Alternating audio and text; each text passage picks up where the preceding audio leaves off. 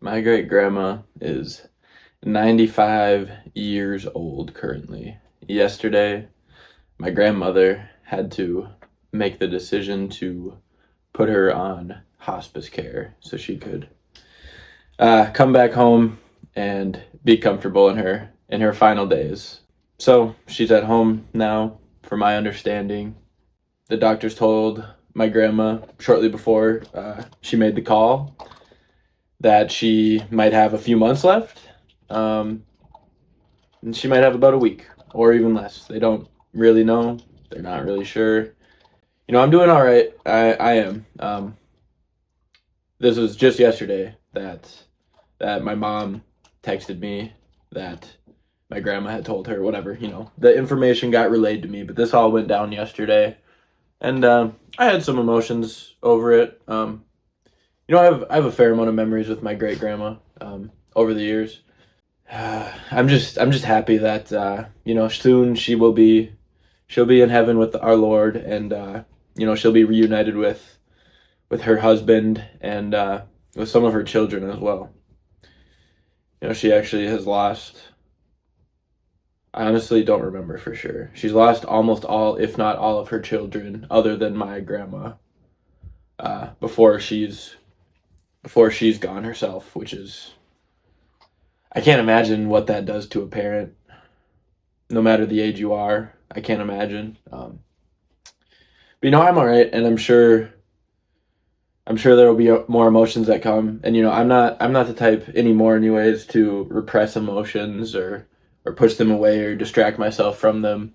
Um, I really do my best to, when emotions come up, I try and feel them as best as I can and understand them. I'm sure there will be another wave whenever the time of her passing comes. But when that comes, that will come, and we'll deal with it then. For now, she lived an amazing life. Like I said, she's 95 years old. She had many kids, she had many grandkids, and she has plenty of great grandkids as well. Her life was filled with a lot of love, a lot of laughs, obviously hard times, struggles. If you do the math, she was literally born into the very beginning of the Great Depression. That didn't stop her from living an amazing life filled with love and joy, filled with God, just filled with the right things, the things that bring about true fulfillment. I think about one story from my mom always comes to mind when I think about my great grandma. And at my parents' house right now, if you go there and I believe if you check the ottoman in the living room, you'll find a red quilt blanket. And my mom would always tell me stories about how when she was a little girl, she would go over to her grandma's house and have sleepovers, and she would always get that blanket to sleep with for the night. And she and my aunt would always fight over it, but she would always get it because she was older, seniority. You know how it goes. And I believe it was when she graduated either high school or college. It was gifted to her by my great grandma.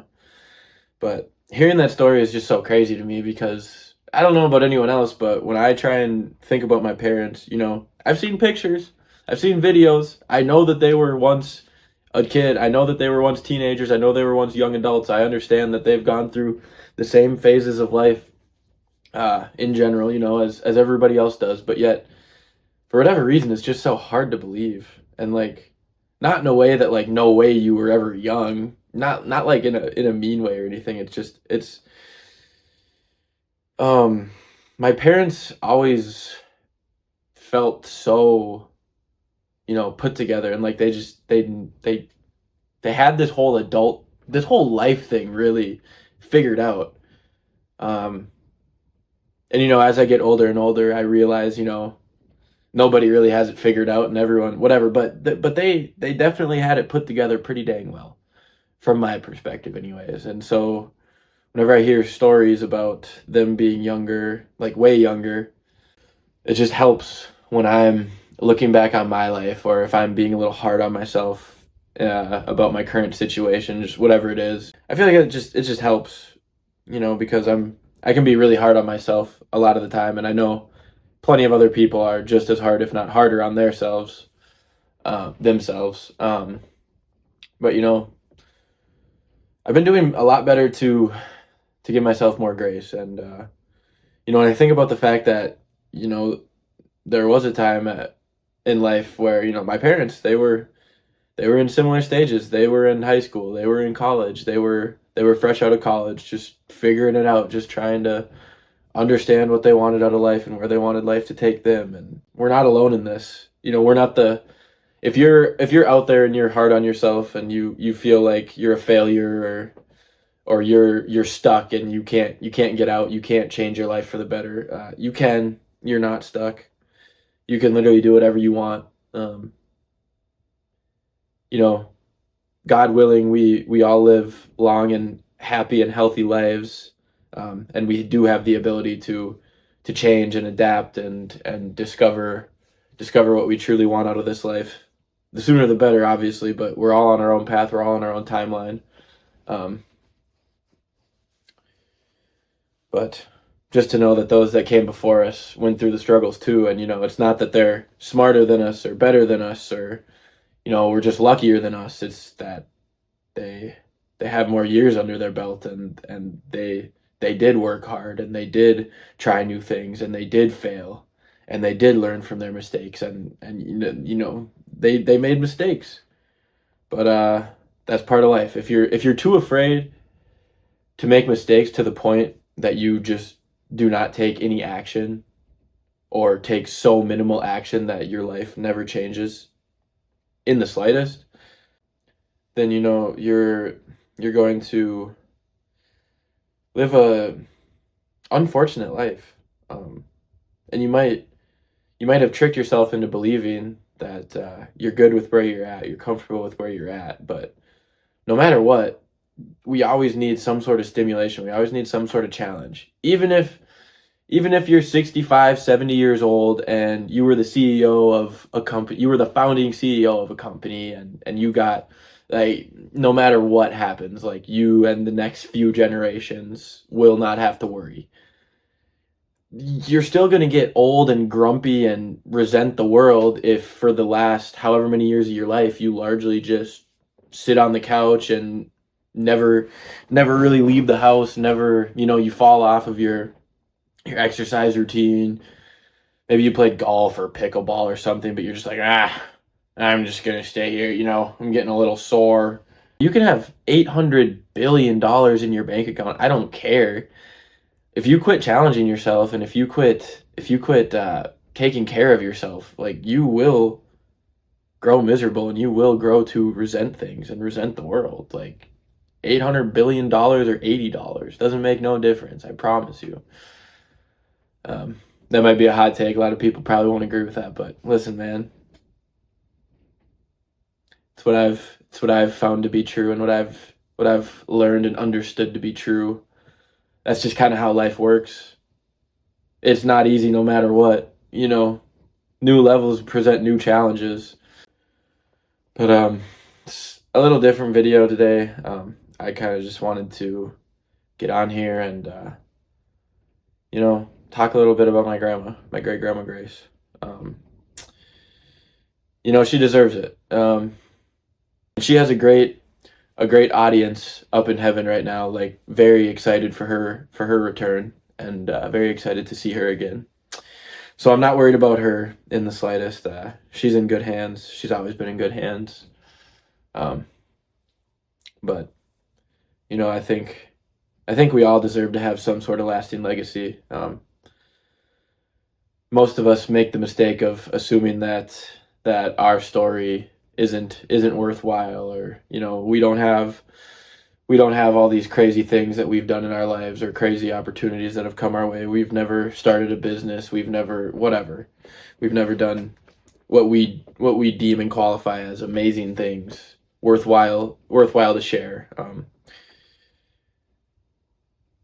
Every single human being has an impact on the world. The world would quite literally be a different place if you and I were never born into it, or if we had already passed away. The world would not be specifically what it is like today without us here currently. And you can go down that rabbit hole as deeply as you want, but it's just quite simply an objective fact. And for that reason, I feel like everybody needs to recognize that their voice has value, their voice has power, and their voice is deserving. Their voice is deserving of being heard. Your story is deserving of being heard. And unfortunately, I don't know a ton of Grandma Grace's story. I know bits and pieces.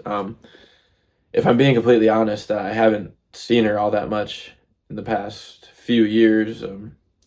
Just counted up to being at college, moving a little further away from home, whatever it may be. But at the end of the day, it's comes down to, you know, didn't make quite as much time as I probably should have. But I know she understands, and that's probably one of the last things on her mind right now. We are planning on going home this weekend already, so by the grace of God, if she keeps kicking on that long, and she's a damn stubborn lady. She's been saying nope, not today for the past, I don't even know how long, many years. She's just kept on kicking and kept on going and said, I'm still here. I'm not done yet. So God willing, we will get home and we will get to see her at least one last time and give her a big hug and a big kiss. In a perfect world, but wanted to make a video about this. I wanted to make a video honoring my great grandma because at the end of the day, again, I wouldn't be sitting here right now. I wouldn't have the opportunity to try and grow social media platforms. I wouldn't have the opportunity to be a personal trainer. I wouldn't have the opportunity right now to be, pursuing bodybuilding. I wouldn't be living where I am today with my future wife without her existing in this world and living the life that she did. So, Grandma, I know you more than likely will not see this video, but thank you so much for everything you did. Thank you for all the birthday money over the years. Thank you for just being a loving and caring, close family member and very dear loved one my entire life. Thank you so much for everything you've done. And thank you.